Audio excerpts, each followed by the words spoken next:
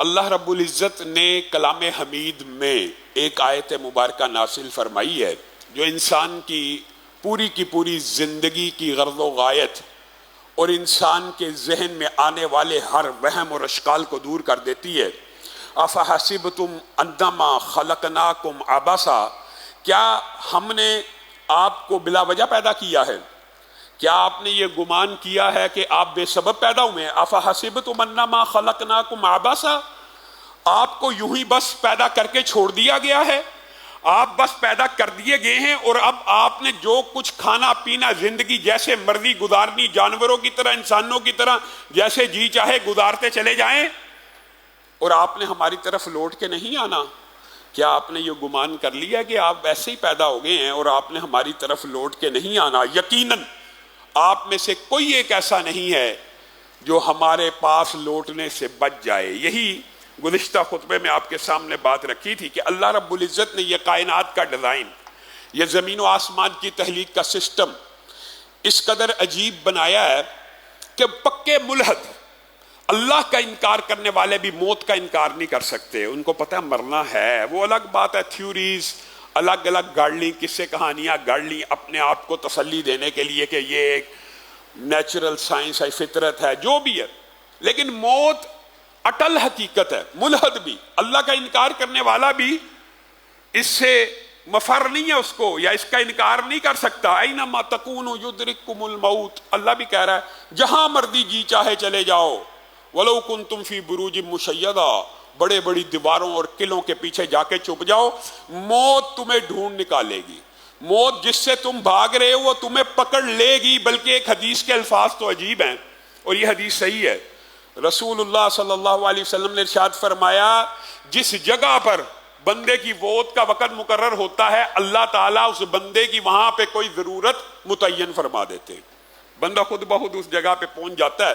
اس حوالے سے پہلے ایک دو مرتبہ آپ کے سامنے گزارشات کو رکھا۔ آپ نے ابھی گزشتہ دنوں میں وہ آب دوز والا قصہ نہیں سنا؟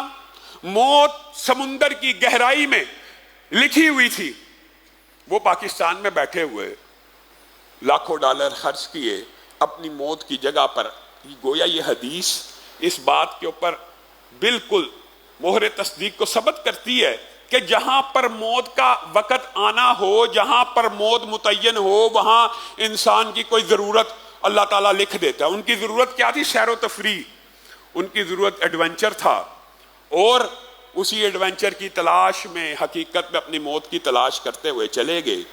اور اسرائیلی روایات کے اندر موت کے حوالے سے بہت عبرت آموز واقعات ہیں۔ یہ اسرائیلی روایات کا جو حکم ہوتا ہے وہ آپ کو پتہ ہے کہ اس کے اوپر نہ ایمان لایا جا سکتا ہے اور نہ ان کا کلی طور پہ انکار کیا جا سکتا ہے۔ یہ ایک قصے کے طور پر، ایک موعظہ کے طور پر، ایک عبرت کے طور پہ، جیسے ایک کہانی ہوتی ہے اس طور کے اوپر بیان بھی کیے جا سکتے ہیں۔ اور ان میں سے کون سا سچ ہے کون سا جھوٹ ہے یہ اللہ ہی جانتا ہے، کیونکہ ان کی سندوں کا اور ان کے جو وہ طریقے ہیں جو ہمارے پاس حدیث کی سند کے ہیں وہ موجود نہیں ہیں، یہ کتابوں میں لکھے ہوئے واقعات ہیں۔ انہی میں سے ایک واقعہ کتنا محیر العقول ہے اور ان میں سے صرف ایک ہی بیان کروں گا۔ ویسے تو ضعیف روایات کے اعتبار سے یہ موضوع بڑا طویل ہے، اور ان روایات کو اگر صرف بطور عبرت انسان سمجھے تو وہ بھی انسان کی اصلاح کے لیے کافی ہے۔ ملک الموت سے اللہ رب العزت نے، یہ اسرائیلی روایات میں سے ایک روایت ہے، پوچھا کہ کیا، یا بعض روایات کے الفاظ ہے کہ ان سے پوچھا گیا کہ آپ کو کبھی کسی کی روح قبض کرتے ہوئے آپ کے دل میں نرمی پیدا ہوئی ہے؟ آپ کو ترس آیا؟ آپ کے دل میں بھی ترحم کے جذبات ہیں؟ تو ملک الموت نے کہا جی ہاں، 2 مرتبہ ایسا ہوا تھا کہ میں نے جب روح کو قبض کیا تو میں بھی ڈول گیا اور میرے دل میں بھی خیال آ ہی گیا۔ پہلی بات، ایک نومولود بچہ تھا سمندر کے اندر، ماں نے اپنی چھاتی کے ساتھ لگایا ہوا تھا۔ اللہ رب العزت نے ماں کی روح کے قبض کرنے کا حکم دیا تو میرے ذہن میں آیا یہ 1 دن کا بچہ، 2 دن کا بچہ، اس کی موت کا حکم نہیں دیا جا رہا، اس عورت کی موت کا حکم دیا جا رہا ہے۔ یہ کیسے پلے بڑھے گا؟ یہ کیا سسٹم ہے؟ اس کی روح کو قبض کر لیا۔ پھر پوچھا گیا دوسرا لمحہ کون سا تھا؟ کہا ہاں، شداد نے بڑی محنت سے ایک جنت کو تیار کیا اور اپنا سارا پیسہ، اپنا سارا مال، اس کی آرائش زیبائش، اپنی ساری زندگی کی محنت تگ و دو، جیسے میں اور آپ بھی اپنا کوئی گھر بناتے ہیں، اس کو ڈیکوریٹ کرتے ہیں، مزین کرتے ہیں، راستوں پہ راستہ کرتے ہیں، کچھ لوگ پوری جمع پونجی لگا دیتے ہیں۔ وہ شداد نے بھی پوری کی پوری جمع پونجی لگا دی اور پوری کا پورا اپنا جنت کی طرح کا باغ اور ڈیکوریشن اور ہر چیز کر دی۔ جب وہ اس کے دروازے پہ پہنچا، مجھے حکم دیا گیا اس کی روح کو قبض کر لیا جائے۔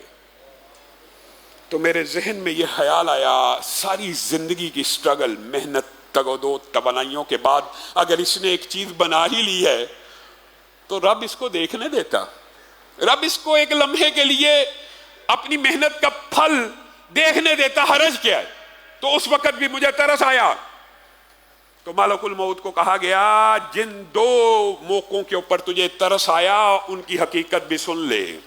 یہ وہی بچہ تھا جو ایک دو دن میں جس کی ماں کی روح کو قبض کر لیا گیا اور اللہ رب العزت نے اپنی رحمت سے اس کو پالا اور پوسا، اور اللہ رب العزت نے اس کو تنومند اور توانا کیا اور تندرست اور جوان کیا۔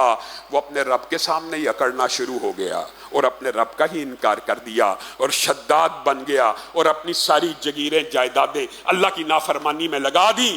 تو اللہ نے فیصلہ کیا اس کو اپنی محنت کا پھل بھی دیکھنے نہیں دینا۔